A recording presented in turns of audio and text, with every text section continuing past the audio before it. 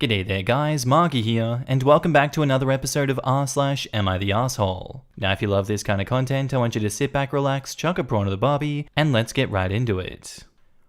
Am I the asshole for doing things by myself at an amusement park?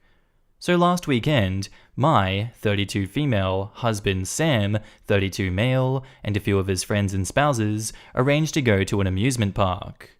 I'm not a huge fan of loud, hot, crowded places. I find it overwhelming. Moreover, I could not go on the thrill rides as I recently had surgery and have very high blood pressure. Sam convinced me to go to connect with his friends. When we came, their itinerary was a tight schedule of all thrill rides. The first ride was a roller coaster. I was in line as a placeholder for a person.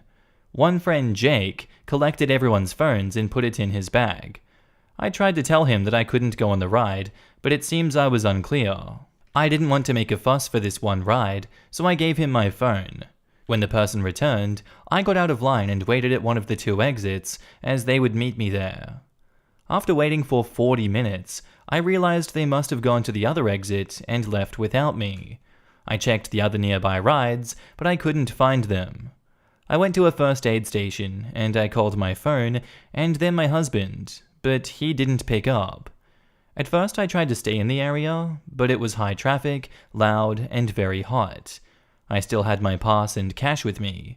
I found a quieter, shady area, bought lunch, met a very nice elderly couple who showed me a few spots, won a plushie and a blanket from a vending machine, and then had dinner. I had fun. There was an announcement that the park would close in half an hour. I decided that I would go to our parked car to wait for the group.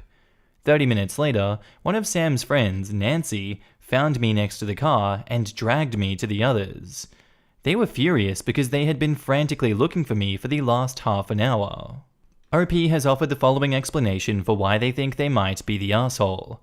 I wandered around an amusement park on my own, and I didn't tell the group where I was, making them try to find me for 30 minutes at night. And now in the comments, they had only been looking for you for half an hour?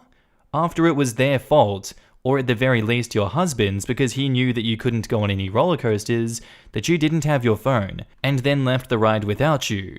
Not the asshole. I'm glad you found a way to have fun. Whoa, Miss Lippy. The part of the story that I don't like is that the little boy gave up looking for happy after an hour. He didn't put up posters or anything. He just sat on the porch like a goon and waited. That little boy's gonna think, you got a pet, you got a responsibility. If your dog is lost, you don't look for an hour and then call it quits. You get your ass up and you find that effing dog. Quote from Billy Madison, if you guys didn't know. Not the asshole. Sounds like you were alone for most of the day, but they only went looking for you in the last 30 minutes?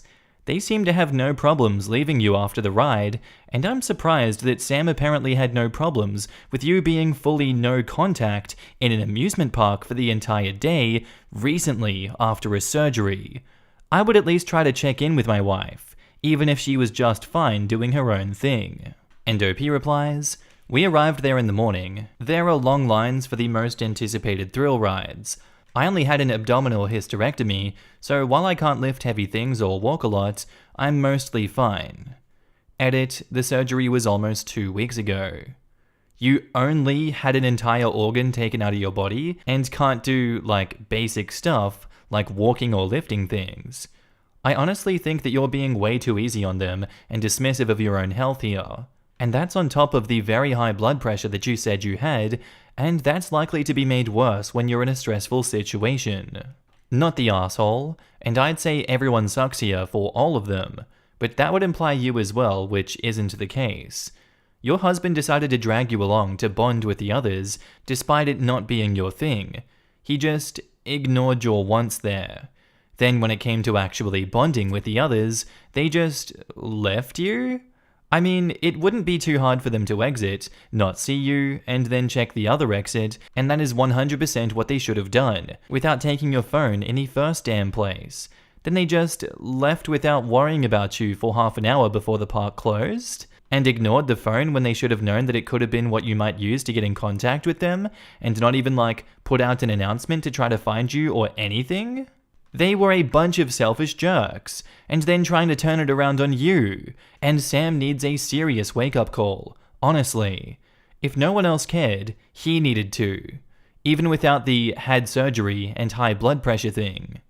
And OP replies, they just genuinely forgot I was there. It was a large group that frequently hang out together, and I don't go on these sort of outings, so it makes sense. If they forgot you were there for several hours, how can they possibly be mad at you for doing your own thing? OP replies, I made them angry because they had to look for me at the end of the day. My question is, why are you still with the man who never loved you? And just for some context, that's going to be the story that I read next after this update. And OP replies to that, because I trapped myself. My lawyers and IA told me that. I was an idiot and set up everything after we were married, entangled us in absolutely everything, and if I divorce him now, not only will he get half of everything I've ever made, but he will get lifelong alimony to make up for his loss of lifestyle. My medical trust will be split in half because I was an idiot. Everything. I always thought that I would live to my 60s. I planned for an early retirement and high medical costs. I poured all the years of my life into that. I found out that I am in absolutely terrible health and will likely die in 15 years. I had to take time off work, and it doesn't look like I can return because I simply cannot maintain a 70 to 80 hour work week anymore. I will be working to my death. If I divorce him now, the courts see that, despite my chronic illnesses, I was able to maintain a high-paying, incredibly intensive job. My lawyer said I should wait it out for at least 6 months, preferably a year, to show the physical toll of working and my chronic illnesses in order to argue against lifelong alimony and an even split of at least some accounts. My therapist tells me to take one challenge at a time. She is absolutely wonderful. She told me that because of my abusive upbringing, I am unable to set boundaries for myself, which allows others to take advantage of me. Right now, my goal is to heal from surgery and at least try to rest for the next few months of leave that I have. I try to maintain my sanity for this year by just thinking that my relationship is healing, and that my husband does care in part for me to make it livable. It's true that he has been trying in some ways. He cooked and cleaned and did the chores around the house. It makes me feel guilty, but then he does something like this, and it makes me feel small and very stupid. Because until the comments pointed out the truth, I never realized he didn't actually forget about me. He deliberately ignored me. And now onto the update. So there is not much of an update. Sam and I talked it out at home and in marriage counseling and came to a sort of an understanding. I feel I was less than charitable to him, likely because I felt hurt that he left me. This is how the day went. Jake gathered everyone's loose items, including phones, wallets, hats, etc. in his bag and put it in a locker. I made a mistake and put my phone in his bag since I didn't want to hold them up. A bit later, I crossed over to the exit line, walked down and waited at the exit. They were supposed to meet me there. My husband's group got split. Sam rode in the second half and heard from his friend that the first group didn't want to do another thrill ride. They slipped back to the entrance at the lockers instead of going to the exit. When I wasn't at the lockers, he thought that I left with the first group without waiting for him. He was hurt and decided to not contact me until I contacted him. He thought that if I loved him, I would contact him. Meanwhile, I was waiting at the exit. I realized that Sam had already left when I saw the same people exit twice, meaning they rode the coaster, waited in line again, and then rode again. This was approximately 40 minutes after the 25-minute wait time the line stated. I went to the first aid station and called him. I made a mistake. I forgot he doesn't respond and call back to unknown numbers because of scams. Sam's friends got back together and split throughout the day. He was upset when I wasn't with any group because he thought that I left them too and I hadn't tried to contact him. When the park announced the closing, he was worried. He and his friends called my phone. They dug through Jake's backpack and saw that my phone was there and it was dead. Sam found out no one had seen me since the first ride. He called back the unknown number and it was the first aid station who confirmed I was there. Our marriage counselor said that I was passive and lacked boundaries. I should have said no to the entire idea, and I agree with her. I'm working on me with my therapist. She said that Sam was so willing to believe I left him, and his desire to test if I still loved him was so strong that he left me in a dangerous situation. His therapist says he defines himself by the love I give him, which is unhealthy. Sam apologized the entire time. He feels guilty. He just mopes around the house. I gave him the plushie that I won, and it only made him happy for a few minutes. I think I made it worse. He constantly checks my hands to see if I'm still wearing my rings. And now in the comments, thanks, I hate it. This perfectly describes how I felt about it. Thanks for putting it into words. The Gaslight Express should be the title, but I've never seen someone gaslight themselves so thoroughly and effectively. It's trauma, man. I used to cry sometimes and be like, I'm just crying for attention. Alone. OP has a long road ahead. It sucks. This is the most stupidest, self-blaming update I've ever read. Do you know what I would do if I were in her situation? I wouldn't bother divorcing him. I'd get my savings in one account, find a nice cottage somewhere quiet, and I would let him be penniless on his own until he would initiate divorce. And if he won't, well, not a big deal. OP could live her own life with no issues. She has enough on her mind. Yeah, there are definitely some situations where divorce isn't worth it. There is nothing to say that you have to stay together just because you're married. At this stage, it sounds like she's almost heading towards bucket list territory with her life expectancy, and one of the things on it should be to no longer be responsible for her husband. If you've got 15 years left, I would just leave him and leave the country. Don't look back, don't go back, live and enjoy the remaining years of your life. I had the same thought. Who cares if they're divorced? Move your money and ghost.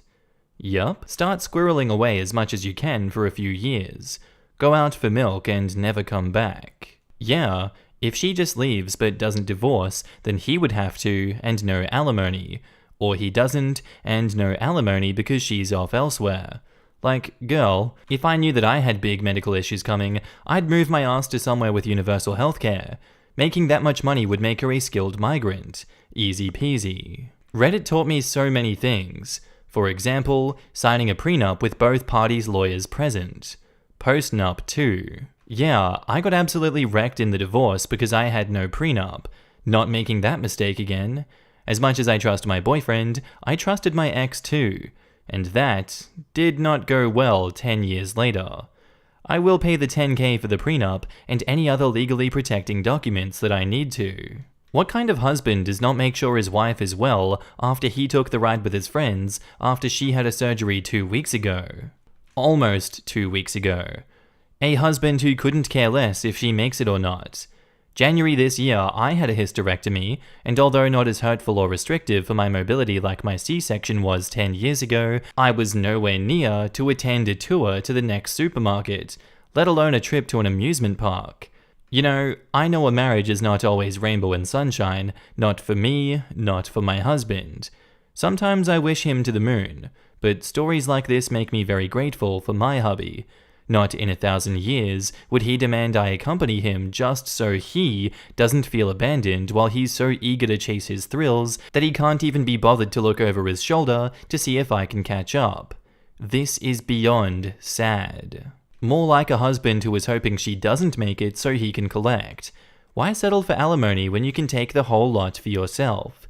As someone who lived with this same brand of abuse and neglect, this all makes me so mad. I'm sick to my stomach. And now to the next story, which is the original that OP put up. I just found out that my husband of 10 years has never loved me. My whole world is crashing right now. I never thought that this could happen to me. I am deeply in love with my husband, and I thought that he loved me too. My husband Sam and I met after college at a book club. We fell in love and married a year later right out of college. I honestly thought that my life was a dream come true. He was kind and silly, and he made me feel loved. I found out last week that my husband never loved me. I overheard Sam talking to his friend on FaceTime when he thought that I couldn't hear. His friend was congratulating Sam on bagging me because I'm loaded. That's not true. Though I make a decent living and my parents recently had some success in their business abroad, I don't make nearly enough to be considered wealthy, perhaps upper middle class at best. It's not like I can quit my job tomorrow and be set for life. I'm a financial analyst and make $300K working 70 hours a week. Sam is a customer service advisor for a bank and makes $50K working 35 hours a week. Edit: yes, I was in investment banking out of college. Sam has had this job for 4 months. He has a spotty work history due to not getting along with his bosses. Sam then said all of his planning paid off and he would live the easy life. His friend added that he couldn't imagine being married to me, waking up to my face. I have never been very attractive. I'm very skinny and have a thin face and a wide nose.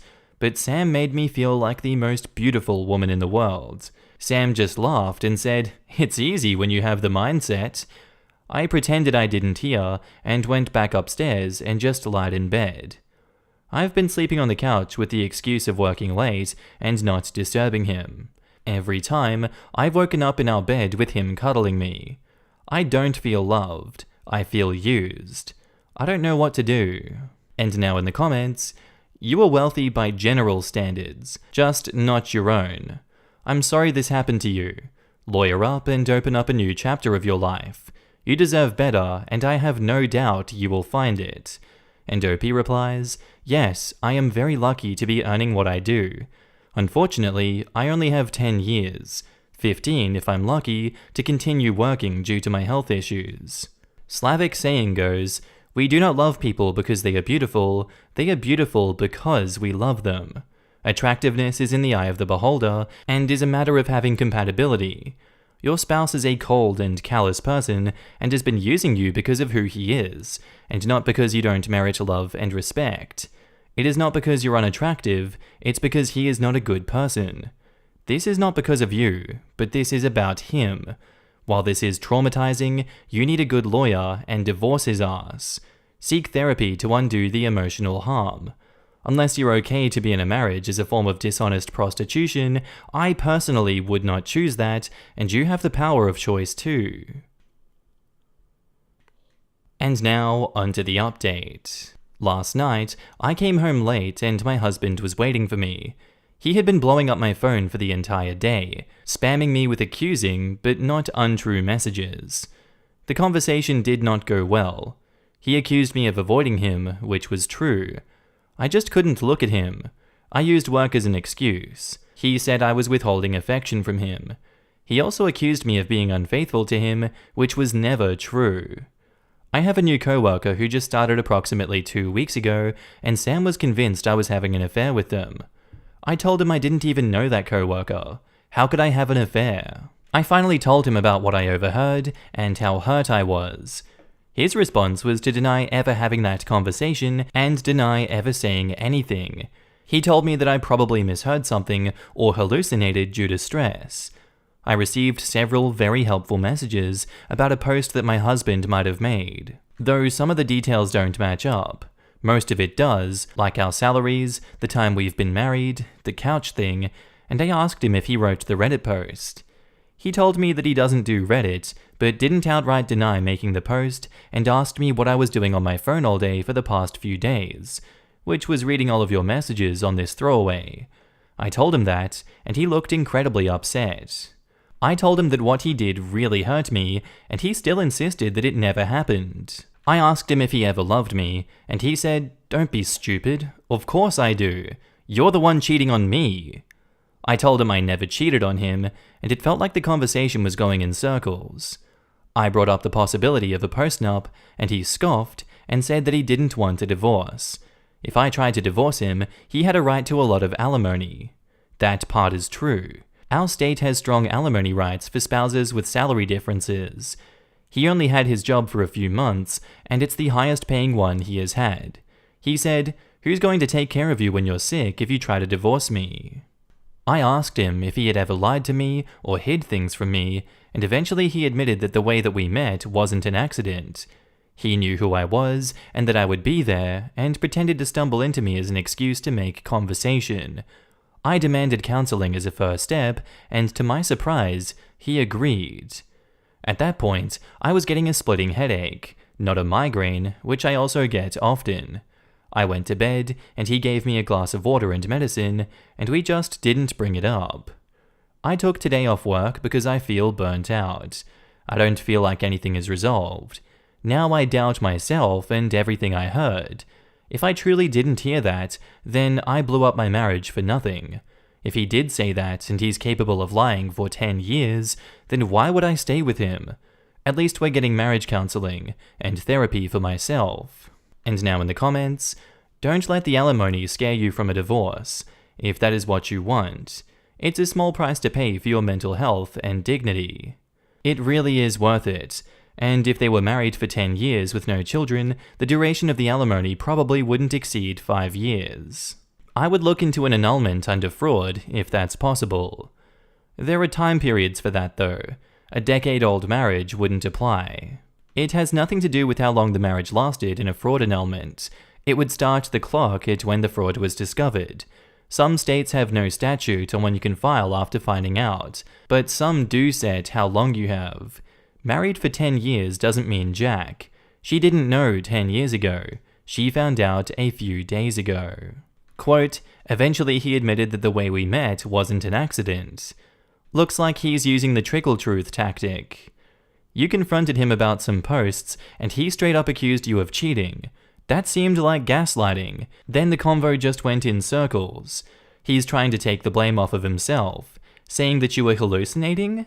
Come on. Sounds like a bad 70s storyline. Sounds like textbook abuse and manipulation. I'm 43, and I've learned the hard way that I'm not crazy, and no man gets to call me crazy, but continue a relationship with this crazy woman ever again. OP says, I looked up trickle truth, and it seems to be about cheating. I've never been unfaithful, and until now, I had no cause to doubt his fidelity either. Am I understanding this correctly? Trickle truth is that they keep lying, but one thing they say is true. It's like how they catch a murderer. At first it's deny anything and everything, and then once questioned a bit, one truth sneaks in due to some guilt. I didn't kill the person, but okay, I was at the restaurant that night. Sorry I lied about that one detail because I was scared to tell the truth. So yes, it can be about cheating, but it also happens in many other circumstances. And now onto the final update. My husband doesn't love me, my boss is threatening to fire me, and I got a citation from a police officer for sleeping in my car. I've been waffling between writing this post and not, since I think my husband has been reading my posts. I've already deleted it twice, but he thinks that Reddit is a waste of time, and the outpouring of emotional support I get here outweighs him reading the thread. We've had a few short but devastating conversations since then. Based on Reddit advice, I tried to get evidence that he was with me for my money. After my husband reluctantly admitted that he didn't meet me on accident, I pushed and found out the reason that he pursued me is that I'm stable, and I would do everything for him and never leave him. His birth mother left when he was young, leaving his family very poor until his grandfather died. I feel sorry for him and understand why he did this, but there is a small, selfish part of me that wonders why he chose me for this life. I thought I recorded him, but nothing shows up in my phone. It doesn't matter since we're in all-party consent state. Sometimes I wonder if I was blind. Sam is far more attractive than me, though my own preferences tend to lie in the unconventional. I should have realized that he is not attracted to me and that it was one-sided love. I am not beautiful compared to other women, and when I try to wear makeup or fashionable clothes, I can tell he is not impressed. I thought it was because he liked me better natural. My mother used to say a pig wearing makeup is uglier than a pig. I understand that now. That's partially the reason why I could not stand pretending everything was alright. My love language is touch. I constantly liked to hug him or hold his hand, or stroke his back or pet his hair. Knowing that he only tolerates my touch horrifies me. I don't want to be the source of someone's discomfort. I am also ashamed of being so vulnerable, knowing that he hates who I am and the way I look, knowing that he has seen me in my most vulnerable moments. I don't want to be a burden. After one night where I locked myself in the bathroom and slept in the bathtub, he hasn't been moving me from the couch. I think the reason he moved me is to pretend our life hadn't changed rather than any real concern for me. That's why he complained about me withholding affection. I went back to work and continued the routine I had done for a few weeks, working as much as possible until I had to go home. I cried a lot at work. I passed out at work one day, and when I woke up, my boss told me to go home. He was angry. I tried to drive home, but I still felt woozy, so I parked the car and fell asleep. I was awoken by a police officer who gave me a warning for sleeping in a car. Apparently that's a red flag for DUIs. I drove home and Sam was furious. He somehow had known that I was sent home early. He demanded to know who I was with, and I told him the truth. Sam has been sweet to me since. He hasn't taken off work, and he only really does about an hour of real work a day, which strangely makes me envious of my own husband. Sam has been making sure I rest, making all our meals, and doing the chores. My work has demanded that I take off at least 2 more weeks of sick leave since my episode at the office. However, they are also simultaneously making me do work and implied that my performance bonus will be impacted by my stunt. If I divorce my husband, the consequences will be beyond me losing the love of my life. My parents will cut me off from our family. They will not let me see my grandparents ever, who are in very delicate health. My grandparents raised me as a child when I was sent back to live with them in our home country. My family would not be surprised if Sam divorces me. My parents even told me at our wedding that he will leave me and that I should have married the man that they arranged, who wanted me for my citizenship. I will not have any support. And now in the comments, first off, I want to make sure that you know you are not the problem. It's not your fault your husband has been using you. It's not your fault your parents feel the way they do. Things aren't looking great right now, but it'll get better. If your parents cut you off over getting out of a miserable relationship, they shouldn't be in your life in the first place. Believe it or not, you'd probably be happier without them, although they may not actually go through with cutting you off. Most wouldn't. They use threats more as a device to manipulate you. I don't think they would truly do it. Your job will be okay. Just hang in there and work hard, and eventually they'll forget about it. They are being ridiculous already. They need to get over it. Things happen. Try to do what is best for you. It is way harder to help anyone when you aren't taking care of yourself, you know? You'll have to make some difficult decisions, but do what is best for you, and everything else will fall into place. And that's where I'm going to end this one for today, guys. I do hope you enjoyed. If you did, let me know what you thought of it down in the comments below, and I'll see you in the next one. Bye.